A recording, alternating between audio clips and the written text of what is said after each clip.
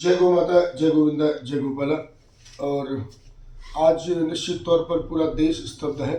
हमारे पहले chief of defence staff general Bipin Rawat नहीं रहे और उनके साथ में और एक ब्रिगेडियर, एक लेफ्टिनेंट कर्नल और अन्य सेना के जवान, एयरफोर्स के 3 अधिकारी, उन सबको पहले मेरी ओर से मैं सैल्यूट करता हूँ।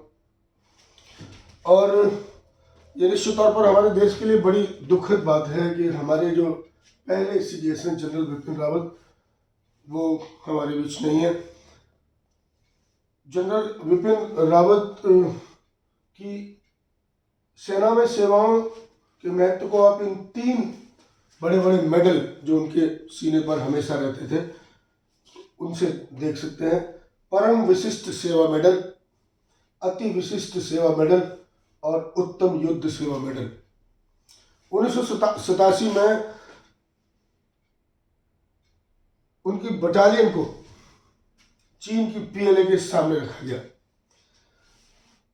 और हमारा दुर्भाग्य है कि तमिलनाडु के वेलिंगटन में सेना के नए अफसरों को संबोधित करने के लिए जब वो जा रहे थे तो लगभग 12 बजे के करीब उनका हेलीकॉप्टर क्रैश हो गया और उस क्रैश में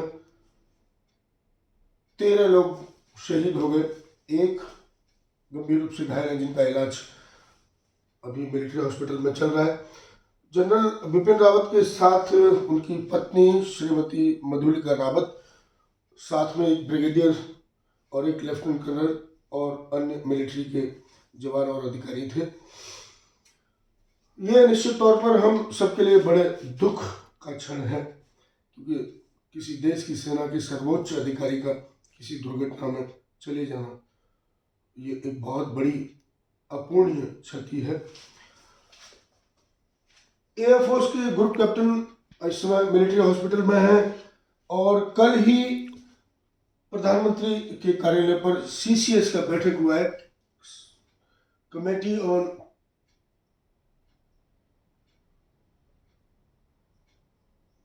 और ये इस मीटिंग में प्रधानमंत्री नरेंद्र मोदी जी के साथ रक्षा मंत्री श्री राजनाथ सिंह जी और NSA राष्ट्रीय सुरक्षा सलाहकार अजीत डोभाल भी रहे हैं। तमिलनाडु में नीलगिरी रेंज के पहाड़ों में हेलीकॉप्टर क्रैश हुआ, कुन्नूर के पहाड़ों में पेड़ों से टकराकर गिरा और ये जो जहां इनको जाना था वहां से केवल 9 किलोमीटर पहले ये दुर्घटना हुई।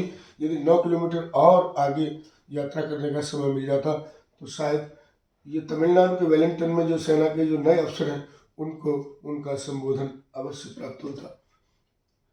हेलीकॉप्टर की बात करें जिसमें वो सवार थे तो ये Mi-17V5 हेलीकॉप्टर है जो रूस से खरीदा गया था और इस समय लगभग इस तरह के 200 हेलीकॉप्टर्स हमारे इंडियन आर्मी एयरफोर्स में है जो सेवा में है और ये अति विशिष्ट लोगों, ये बड़ा भरोसेमंद हेलीकॉप्टर है और जितने भी हमारे अति विशिष्ट लोग हैं उनको इधर से उधर ट्रांसपोर्टेशन करने के लिए, यात्रा कराने के लिए इनका प्रयोग किया जाता है। और दुनिया में लगभग 60 देश ऐसे हैं, 60 कंट्रीज जो इस तरह के हेलीकॉप्टर्स का प्रयोग कर रहे हैं। जो रूट था हमारे जनरल बिपिन रावत साहब का बहुत टाइट शेड्यूल था। दिल्ली से उन्हें सुलूर एयरबेस तक ले जाया गया विमान के द्वारा और सुलूर से वेलिंगटन जिसकी दूरी मात्र 70 किलोमीटर है, वहां से सुलूर से वेलिंगटन तक ले जाने के लिए इस Mi-17V5 हेलीकॉप्टर का उपयोग किया गया। थॉरोली मेंटेनेंस किया गया, देश के सर्वोच्च पद पर थे सेना में। इंटरनल मेंटेनेंस हुआ और जो एक इंजीनियर, एक को पायलट और पायलट के रूप में इन सब लोगों ने उसका एक्सटर्नल जो बाहर से मुआयना है वो भी हुआ, सब कुछ ठीक था। लेकिन उड़ान भरने के बाद जब हेलीकॉप्टर वेलिंगटन पहुंचने वाला ही था उससे केवल 9 किलोमीटर पहले ही यह दुर्घटनाग्रस्त हो गया।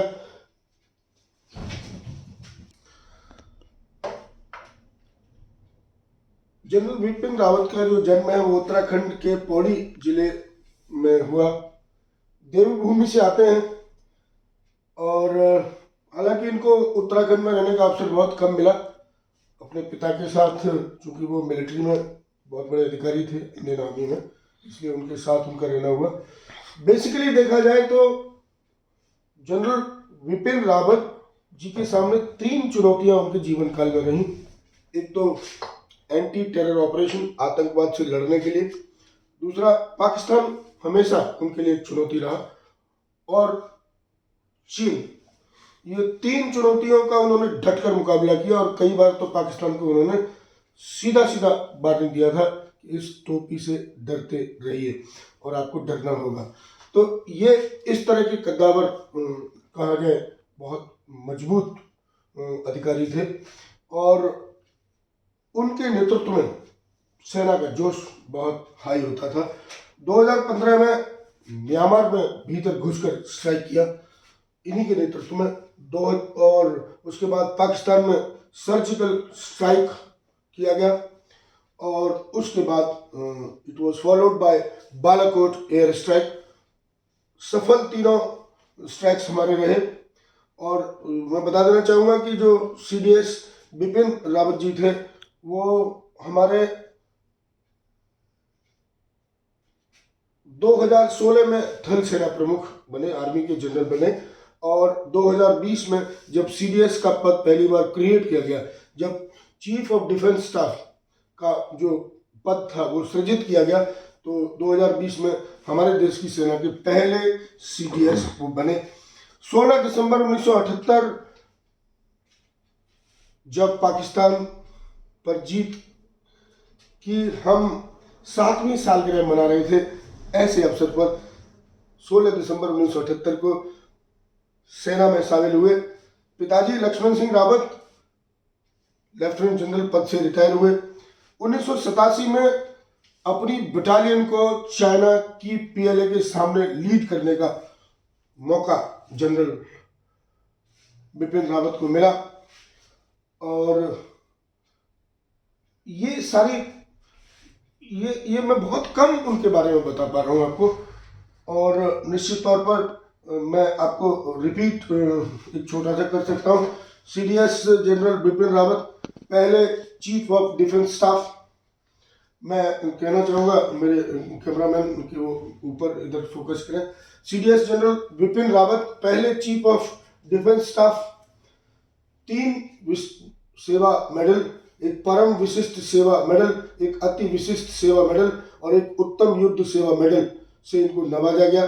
जो हमें ये तीनों मेडल इनके सीने पर हमेशा धमकते रहते थे।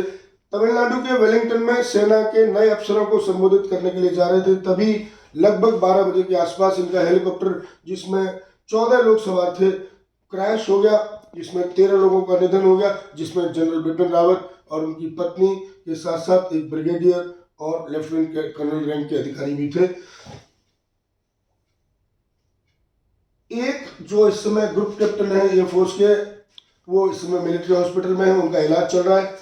और कल ही कैबिनेट कमेटी ऑन सिक्योरिटी की एक बैठक प्रधानमंत्री नरेंद्र मोदी जी के घर पर, आवास पर हुई है, जिसमें रक्षा मंत्री श्री राजनाथ सिंह जी भी रहे हैं। NSA अजीत डोभाल भी उस मीटिंग का हिस्सा थे। निश्चित तौर पर इस मीटिंग में इस बात पर विचार किया जा रहा होगा कि हमारा अगला CDS कौन होगा। तमिलनाडु में नीलगिरी रेंज के पहाड़ों में हेलीकॉप्टर क्रैश हुआ है। जिस हेलीकॉप्टर में ये सवार थे वो Mi-17V5 हेलीकॉप्टर था। बहुत भरोसेमंद हेलीकॉप्टर, लगभग 200 के करीब इस तरह के हेलीकॉप्टर्स हमारे एयरफोर्स में हैं। और लगभग 60 दुनिया में ऐसे देश हैं जो इन हेलीकॉप्टर्स का यूज़ कर रहे हैं। और ये हमारा VVIP जो हमारे होते थे, उनको इधर एक स्थान से दूसरे स्थान तक ले जाने के लिए इसका उपयोग होता था।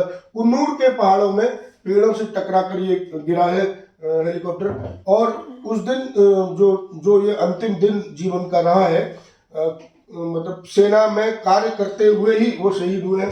दिल्ली से सुलूर एयरबेस तक उनको ले जाया गया। वहाँ से 70 किलोमीटर दूरी पर वेलिंगटन है, उस वेलिंगटन तक उन्हें जाना था। वहाँ सेना के नए अफसरों को संबोधित करना था उन्हें। और 1958 में उत्तराखंड में पौड़ी जिले में जन्म हुआ जनरल बिपिन रावत का। 16 दिसंबर 1978 को इन्होंने आर्मी को ज्वाइन किया। और ये वो दिन था जब पाकिस्तान पर जीत की हम 7वीं सालगिरह मना रहे थे। पिता लक्ष्मण सिंह रावत जी आर्मी से आते हैं और लेफ्टिनेंट जनरल जैसे बड़े पद से वो रिटायर हुए। 1987 में पीएलए के सामने अपनी बटालियन को लीड करने का इन्हें मौका मिला। जनरल बिपिन रावत के कार्यकाल में 3 बड़ी चुनौतियां जिनका इन्होंने डटकर मुकाबला किया, वो था 10 साल का एंटी टेरर ऑपरेशन, आतंकवाद के खिलाफ पाकिस्तान और चीन। पाकिस्तान को कई बार उन्होंने व्यक्तिगत अपने ऑरा में उनको उसको चेतावनी दी। और कांगो में भी तख्ता पलट की कोशिश को इन्होंने नाकाम किया। ये यूएन मिशन पर वहां पर थे। और 2015 में Myanmar strike, Pakistan surgical strike, Balakot air strike, 2016 में थल सेना प्रमुख बने, 2020 में देश के पहले सीडीएस बने। और इस पूरी जानकारी के साथ मैं एक बार पुनः जनरल बिपिन रावत और अन्य जो शहीद हैं उनको सैल्यूट करता हूं।